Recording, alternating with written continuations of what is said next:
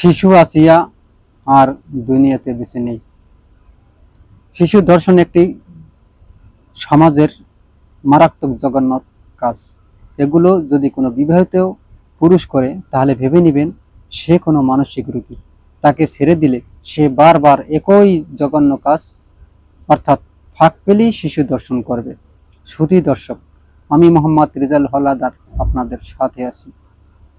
যদি শোনেন কোথাও কোনো শিশু ধর্ষণ করা হয়েছে এবং সেই পুরুষ যদি বিবাহিত হয় তাহলে তাকে ধরে নেবেন এবং আইনের আওতায় তুলে দেবেন সাথে সাথে। কেননা আপনি যদি জানেন বিবাহিত পুরুষ এরকমের কাজ করে তাহলে ভেবে নেবেন সে আরও অনেকবার বারবার সে একই অপরাধ করেছে। কেননা সে সত্যি মানসিক রোগী আর সে তার কোনো আপন পর চিনবে না। আমরা বাঙালি বেশিরভাগ আবেগময়, তাই আবেগ দিয়ে না ভেবে বিবেক দিয়ে ভাবুন।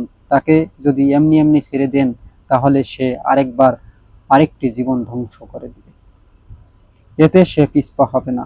তাই ধর্ষণকারীকে আইনের হাতে তুলে দিন যত দ্রুত সম্ভব।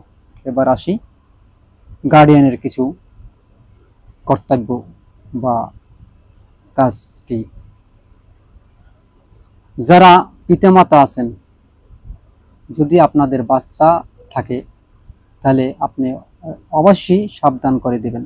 এবং যদি মনে করেন আপনার বাচ্চারা কোনো বড় মানুষের সাথে মেশে, তাদের অঙ্গভঙ্গি কি, তাদের চলাফেরা কি, কেমন বাচ্চার সাথে কেমন আচরণ করে, আপনার বাচ্চার কাছে অবশ্যই জিজ্ঞাসাবাদ করবেন। যদি শুনেন যে আপনার বাচ্চার সাথে সে কোনো খারাপ আচরণ করছে, কোনো অঙ্গভঙ্গি খারাপ করেছে, এমনকি গায়ে হাত তুলে স্পর্শযুক্ত জায়গায়, তাহলে আপনার বাচ্চাকে জিজ্ঞেস করবেন যে সে কি কি তার সাথে করে। যদি এরকম কোনো খারাপ কাজ করে তাহলে তাকে কঠিনতম শাস্তি দিবেন এবং মারাত্মকভাবে তাকে গণপিটুনি দিয়ে আইনের হাতে তুলে দিবেন। তাকে মেরে ফেলবেন না, আইনের হাতে তুলে দিলে সে যদি কিছুদিন অর্থাৎ 5 বছর 10 বছর এই জেলে থাকে তাহলে তার একটা শিক্ষা হয়ে যাবে, আর জীবনে আর কোনো খারাপ কাজ করবে না। আর আমি কিছু পুলিশ ভাইকে বলবো, ভাই আপনারা এমন কোনো কাজ করবেন না যে দ্বিতীয়বার শেখ হাসিনার মতো সেই 5 পুলিশের মতো আপনাদের খারাপ কোনো বদনাম হোক।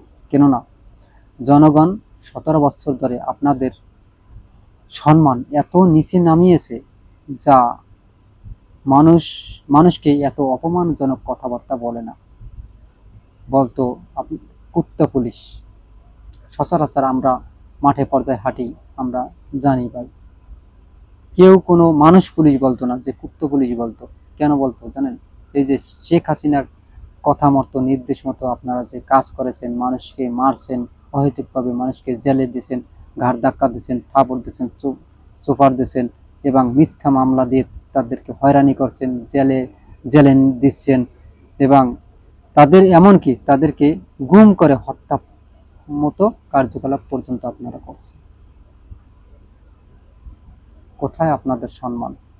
আর যদি আপনারা ঘুষ না খেয়ে সৎভাবে জীবনযাপন করেন এবং সৎ আইন সবার জন্য সমান এরকমের যদি কাজ করেন তাহলে আপনাদের সবাই সেলুট দেবে, সম্মান জানাবে, তাতে আপনাদের মর্যাদা বৃদ্ধি পাবে। ভাই, এই দুনিয়াতে আমরা কতদিন থাকব কেউই জানি না, মৃত্যু যে কোনো সময় হতে পারে।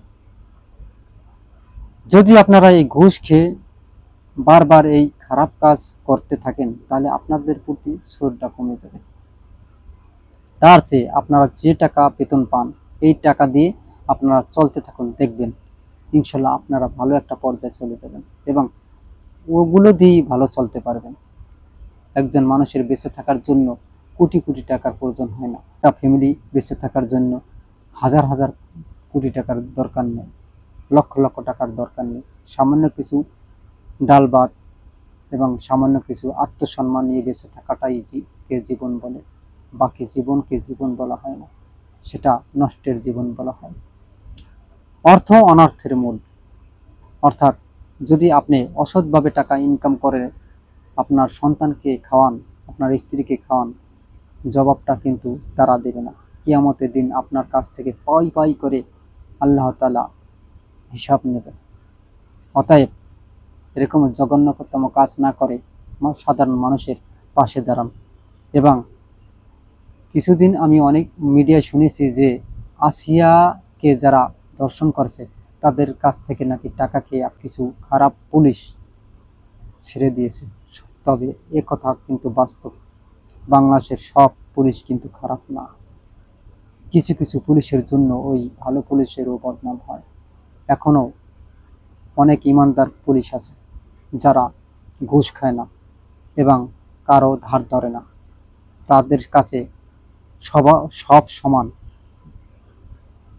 ওই সব পুলিশকে আমি রেসপেক্ট জানাই এবং সম্মান জানাই, স্যালুট জানাই। আমি তাদেরকে হৃদয় থেকে ভালোবাসি। তারাও কিন্তু সৎভাবে জীবনযাপন করে। এবার আসি আমাদের সেই মাগুরার ধর্ষিত শিশু আসিয়ার প্রসঙ্গে। আসিয়া বয়স মাত্র 8। আত্মীয়ের বাড়ি বেড়াতে যায়। বেশিরভাগ ছোট বোনেরা বড় বোনদের বাসায় একটু বেড়াতে যায়। তাই বলে তার জীবনটা যদি একবার এরকম ধ্বংস হয়ে মৃত্যুবরণ অর্থাৎ দুনিয়া থেকে চলে যেতে হয়, তাহলে সে আত্মীয় দিয়ে কি করে? আমার মতে এই জঘন্য তার দুলাভাই এবং তার তালইকে ফাঁসি দেওয়া হোক এবং জনগণের সামনে যদি এই ফাঁসিটা দেওয়া হয় তাহলে সবাই অ্যালার্ট এবং ভালো হয়ে যাবে। তারা এতই জঘন্য ধরনের মন মানসিকতা, তা ভিডিও করে পর্যন্ত তাদের কাছ থেকে অর্থ আদায়ের জন্য ভিডিও ধারণ করেছে এবং তাদেরকে হুমকি দিয়েছে টাকা না দিলে লাশ দিবে না। ভাই, এতটুকু একটা বাচ্চা, বিবেক বলতে তোদের কিছু নেই। তোরা কি মানুষ না গরু না পশু?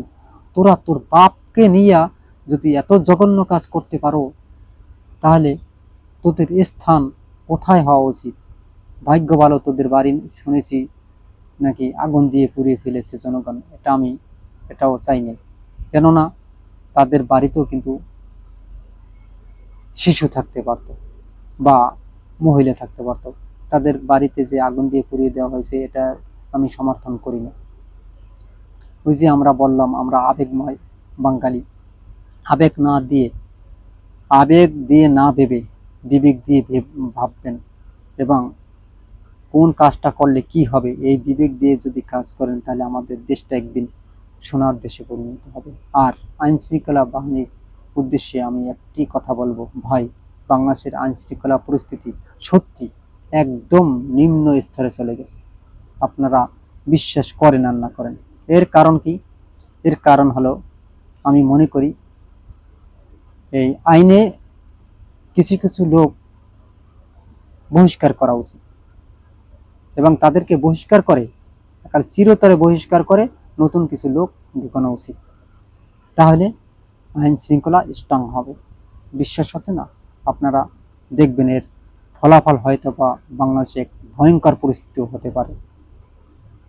তার জন্য দায়ী থাকবেন কিন্তু এই বর্তমানে যে সরকার আছেন, অন্তর্বর্তীকালীন সরকার, আপনারা দায়ী থাকতে পারেন যদি আপনারা আইন শৃঙ্খলা রক্ষা করা বাহিনীকে যারা মাঠে কাজ করতে ভয় ইতস্তা দেখায় এবং বিভিন্ন ধরনের অজুহাত দেখায় তাদেরকে বহিষ্কার না করেন, এই দেশটা হয়তোবা একটা লুটপাটেও চলে যেতে পারে।